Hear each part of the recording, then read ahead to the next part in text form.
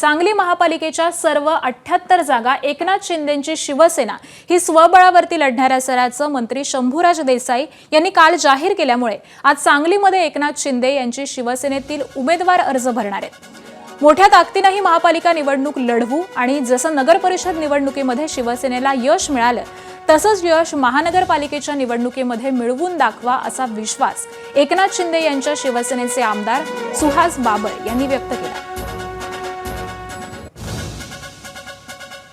कमी जागा लढून आम्ही 34 ठिकाणी नगरसेवक आमचे निवडून आणण्यामध्ये यश आले। त्यांची जास्तीत जागा लढून ते 35 ठिकाणी निवडून आले। तर मला असं वाटतं समान बलाबल आहे। त्यामुळे आम्हाला असं वाटत होतं की शिवसेना पक्षाला बरोबर घेऊन एकत्रितपणे युती व्हावी, त्यासाठी आमचा प्रयत्न होता। दुर्दैवानं युती झाली नाही। आमची ताकद मला असं वाटतं 78च्या 78 ठिकाणी आमची लढण्याची आहे।